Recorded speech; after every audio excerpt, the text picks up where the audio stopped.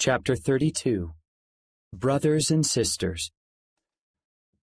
On a cool Sunday evening in August 1946, Ezra Taft Benson and two traveling companions drove a military jeep along the eerily quiet streets of Złowagi, Poland.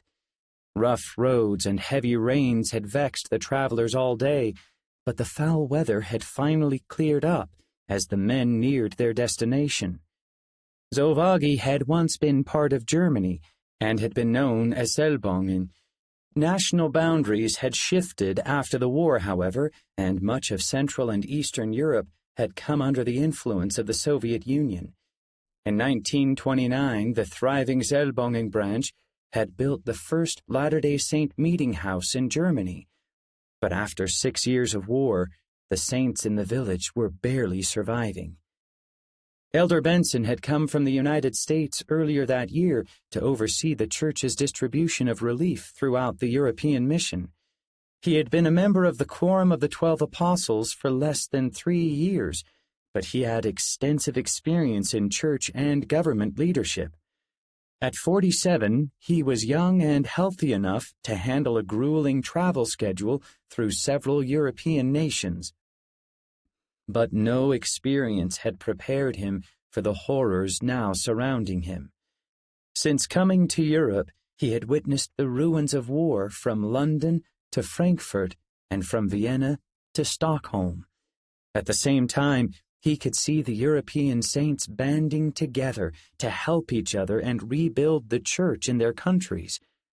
On a visit to the mission home in Berlin, he was impressed by the mountains of genealogical records Pauling Heinrich and others had recovered, even as they worked to provide food, clothing, fuel, and shelter for more than 1,000 saints in their care. He also saw how the aid from the church was making a difference throughout Western Europe. Under Belle Spafford, the newly called Relief Society General President, women in wards and stakes in the United States, Canada, and Mexico had coordinated massive efforts to gather clothing, bedding, and soap for the European saints. A relief society in Hamilton, Ontario, donated a bundle of children's sweaters, suits, and underwear knitted with cast-off material from a clothing factory. A relief society in Los Angeles, meanwhile, contributed to the effort by making more than 1,200 articles of clothing and volunteering nearly 4,000 hours for the Red Cross. But in much of Germany and in Eastern European nations like Poland, where Soviet-influenced governments resisted Western aid, saints continued to go without necessities. The fact that Elder Benson was in Poland at all felt like a miracle. With no telephone lines operating, he and his associates had struggled to contact officials who could help them secure paperwork to enter the country. Only after much prayer and repeated contact with the Polish government was the apostle able to obtain the necessary visas. As the jeep neared the old meeting house in Złowagi, most of the people in the streets scattered and hid. Elder Benson and his companions stopped the vehicle in front of the building and climbed out. They introduced themselves to a woman nearby and asked if they had found the Latter-day Saint chapel. The woman's eyes filled with tears of relief. "The brethren are here!" she cried in German. Immediately, people came out from behind closed doors, crying and laughing with joy. The Złowagi saints had been out of contact with general church leaders for 3 years, and that morning many of them had been fasting and praying for a visit from a missionary or church leader. Within a few hours, about 100 saints gathered to hear the apostle speak. Many of the men in the branch had been killed or deported as prisoners of war, and the saints who remained were downhearted. Since the war's end, some Soviet and Polish soldiers had terrorized the town, plundering homes and assaulting residents. Food was rationed, and people often paid outrageous prices for whatever extra nourishment they could get on the black market. That evening, while Elder Benson spoke to the saints, 2 armed Polish soldiers entered the chapel. The congregation stiffened with fear, but the apostle motioned for the soldiers to take a seat near the front of the room. In his talk, he emphasized the importance of liberty and freedom. The soldiers listened attentively, remained in their seats for the closing hymn, and departed without incident. Afterward, Elder Benson met with the branch president and left food and money for the saints, assuring them more aid was on the way. A short time later, Elder Benson wrote the First Presidency. He was encouraged to see the church's aid reaching church members in Europe, but worried about the difficulties the saints still faced. Perhaps the many benefits of the great church welfare program to these and our other saints in Europe shall never be known, he wrote, but many lives have undoubtedly been spared, and the faith and courage of many of our devoted members greatly strengthened. Around this time in Austria, 18-year-old Emmy Cheap awoke at 5:30 in the morning, ate a single piece of bread for breakfast, and started her 1-hour walk to Vienna General Hospital. It had been 7 years since her harrowing rail journey out of Czechoslovakia, and now she was studying to become an X-ray technician. Because Vienna, like Berlin, was an occupied city, Emmy often passed Soviet soldiers on the road to the hospital. But medical workers were respected, and she believed her Red Cross armband offered her some protection from harassment. Vienna had been the site of violence and terror during the war, yet Emmy's parents, Alois and Hermina, had continued to lead branch and relief society meetings. Alois now served as district president over the church's 5 branches in Austria, and he and Hermina worked hard to help their fellow saints. Most people in Vienna, including Emmy, had emerged from the war traumatized and on the verge of starvation. Emmy's brother Josef had served for a time in the German army, surviving capture and torture by Soviet soldiers after the war. Emmy's training at the hospital was one of the few things in her life that could give her hope. Another was a recent visit to Vienna by Elder Benson, who had brought much-needed cheer to the saints in Austria. Emmy's family had felt honored to have him stay at their home. In the evening, the apostle had asked Emmy to play hymns for him on the piano, and she had felt uplifted by his presence. Some months after Elder Benson visited, the church's aid shipments arrived in Austria, and by 1947, Alois was overseeing the distribution of hundreds of cases of clothing, cracked wheat, beans, peas, sugar, oil, vitamins, and other essentials. Emmy herself received many wonderful items, including beautiful dresses with notes from the giver pinned to them. Latter-day Saints elsewhere in Europe were aiding each other as well. The Nordic nation of Finland, which Elder Benson had recently dedicated for missionary work, was home to 3 branches of saints. When church members in neighboring Sweden found out that these branches were in need, they sent boxes of food, clothing, and bedding. In Vienna, a few days before Emmy's final exams at the hospital, her father asked her for help. Many children in Austria were undernourished and needed medical attention they could not get in Vienna. Since Switzerland had remained neutral in the war, church members there had more resources, and they offered to take young Latter-day Saint children from Austria into their homes for 3 months to nurse them back to health. Alois had a group of 21 children who needed care, and he wanted Emmy to help him take them to Switzerland. Emmy agreed to go, knowing she would be returning to Vienna within a few days to take her final exams. During the journey to Switzerland, the train was so crowded that some of the children had to sit on the floor or in the luggage space above the seats. When it began to rain, the cardboard covering the windows did little to keep water from seeping inside. Many of the children were uncomfortable and missed their parents, so Emmy did her best to soothe them.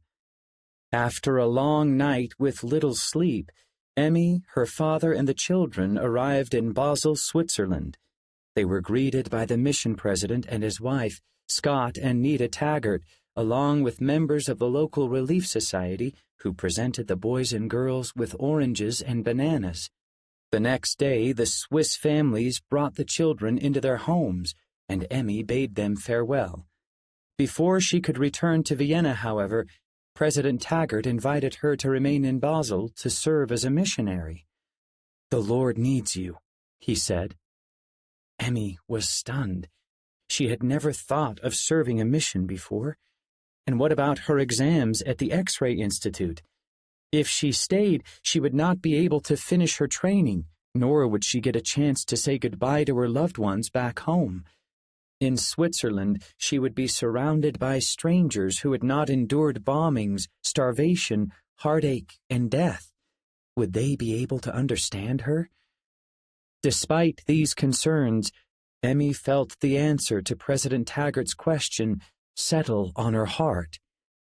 "If the Lord wants me to stay," she said, "I will." That night, about a month shy of her 19th birthday, Emmy Cheap was set apart to serve in the Swiss-Austrian mission. In the spring of 1947, a year and a half after reuniting with her father, Helga Bert was no longer a missionary in Berlin, nor was she known as Helga Bert. Now she was Helga Meyer, married to a German Latter-day Saint named Kurt Meyer. They lived in Kamin, a rural town about 80 miles north of Berlin, and had a baby boy, Siegfried, named after Helga's brother who had died in the war. Helga first met Kurt when he visited the East German mission home in early 1946. A soldier in the German military, he had returned home at the end of the war, only to learn that when the Soviet army had swept through his hometown, his parents had drowned themselves to avoid being taken prisoner or killed. At the time Kurt came to the mission home, he was not an active Latter-day Saint, but he was interested in returning to church. Not long after meeting Helga, he proposed to her. Helga did not know how to respond. Ever since the death of her first husband, Gerhard, people had been encouraging her to marry again. She was not eager to rush into another marriage, though. She was not in love with Kurt, and she did not want to move to his hometown of Kamin, where the nearest branch of the church was a train ride away. Part of her wanted to emigrate to Utah. But she was not ready to leave Germany yet, at least not until she and her father found her mother. Marrying Kurt would allow Helga to remain in Germany and have some stability in life. Kurt already had a house in Kamin, not far from a lake full of fish. If she married him, neither she nor her father would go without shelter or food. With few choices available, Helga decided to accept Kurt's proposal and the security it offered. They married in April 1946, and almost a year later, their son was born. Then, late in the spring of 1947, Helga and her father received news that her mother was alive. After being driven out of Tilsit, Berta Maitzus had evaded capture by the advancing Soviet forces and walked for days, half frozen, until she reached a boat that took her to a refugee camp in Denmark. She had been there for 2 years before she finally made contact with the family. Soon, she too was living with them in Kamin. One day around this time, some Soviet troops came to Helga's door. With the lake nearby, soldiers stopped at the house once or twice a week to demand fish from her. The troops had a reputation for brutality, and Helga had heard stories of them committing rape and other acts of violence in Kamin. The sound of the soldiers' car approaching her house always frightened her. Helga let the troops in as usual. They had vodka, and the commander was clearly drunk. He took a seat at her table and said, "Frau, come sit." The soldiers ordered Kurt to join them, but then they largely ignored him. Helga sat down beside the commander, and he asked her to have a drink. "I do not drink," Helga said. "Give it to her! Give it to her!" prodded the soldier's chauffeur, a cruel-looking German. Helga was afraid. Drunken men could be unpredictable.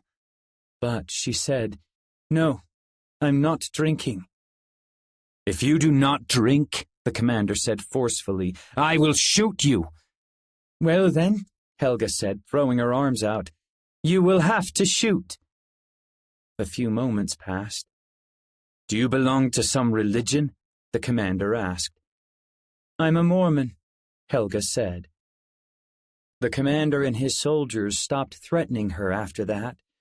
The next time he came to her house, the commander patted her on the shoulder and called her a good Frau, but he did not ask her to sit with him.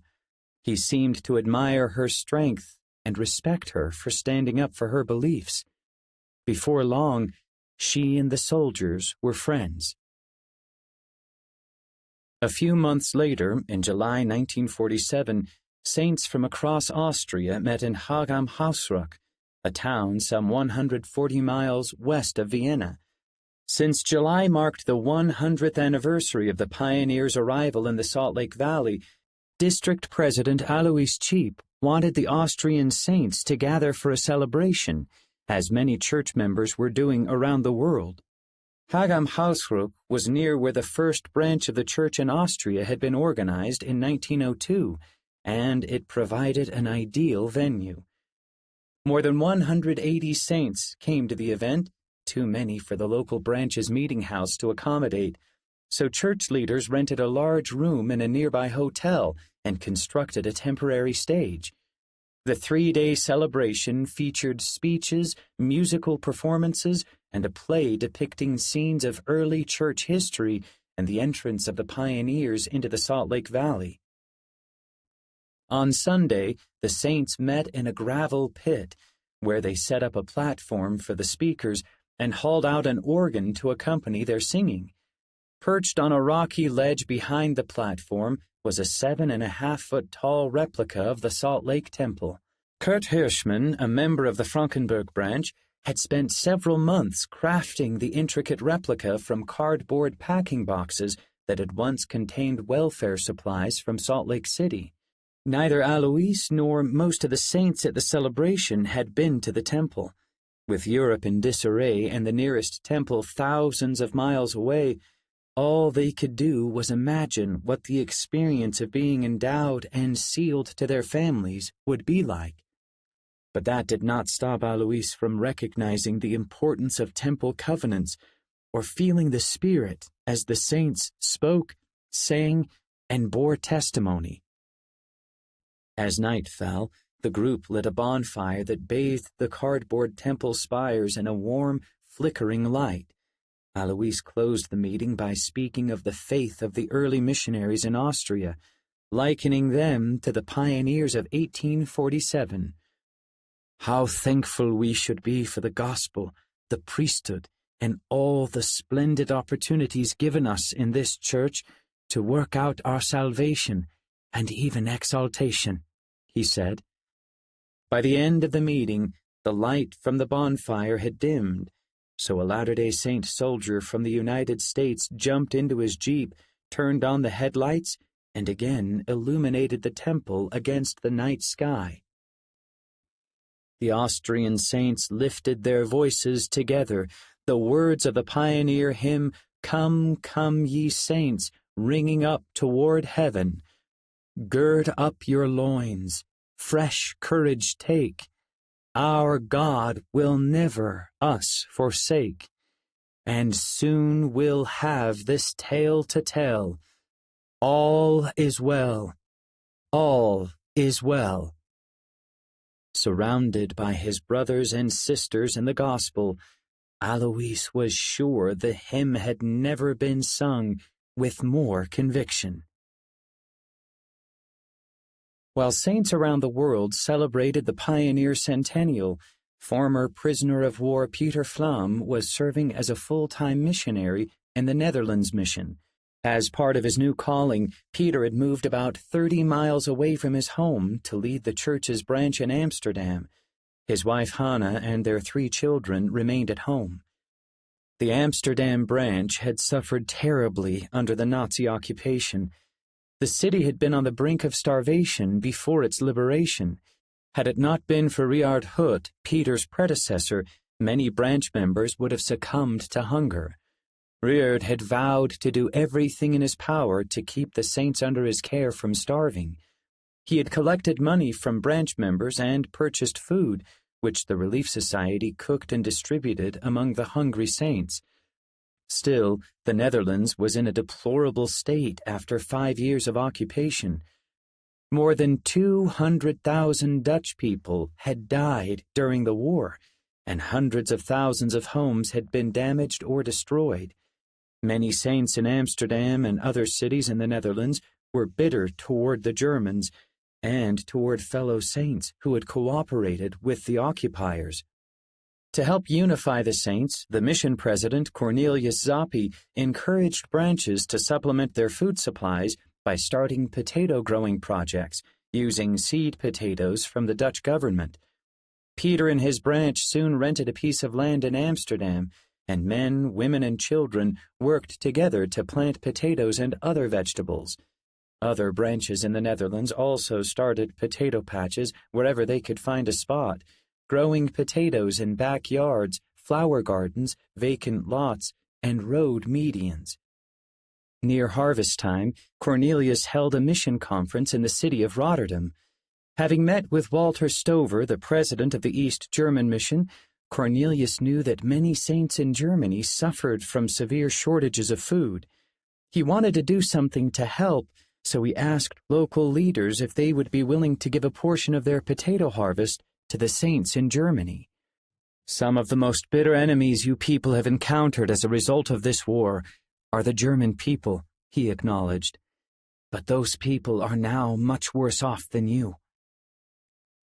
At first, some Dutch saints resisted the plan. Why should they share their potatoes with the Germans? They did not think Cornelius understood how terrible the Germans had been to them in the war. Although he had been born in the Netherlands, the mission president had spent most of his life in the United States. He did not know what it was like to lose his house to German bombs or watch his loved ones starve to death because German occupiers had taken their food.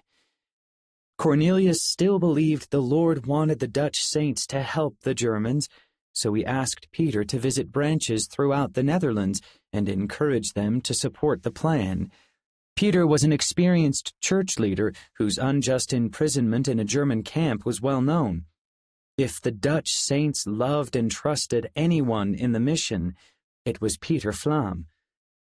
Peter agreed to help the mission president, and as he met with the branches, he alluded to his hardships in prison. "I've been through this," he said. "You know that I have." He urged them to forgive the German people. "I know how hard it is to love them," he said. "If those are our brothers and sisters, then we should treat them as our brothers and sisters." His words and the words of other branch presidents moved the saints, and the anger of many melted away as they harvested potatoes for the German saints. Disagreements within the branches did not disappear, but at least the saints knew they could work together going forward. Cornelius, meanwhile, worked to secure permits to transport the potatoes to Germany. At first, the Dutch government did not want to export any food from the country, but Cornelius kept petitioning them until they relented. When some officials tried to stop the shipment plans, Cornelius told them, "These potatoes belong to the Lord, and if it be His will, the Lord will see that they come to Germany." Finally, in November 1947, Dutch saints and missionaries met in The Hague to load 10 trucks with more than 70 tons of potatoes. A short time later, the potatoes arrived in Germany for distribution among the saints. East German mission president Walter Stover also purchased truckloads of potatoes to add to the supplies. Word of the potato project soon reached the First Presidency. Amazed, Second Counselor David O. McKay said, "This is one of the greatest acts of true Christian conduct ever brought to my attention."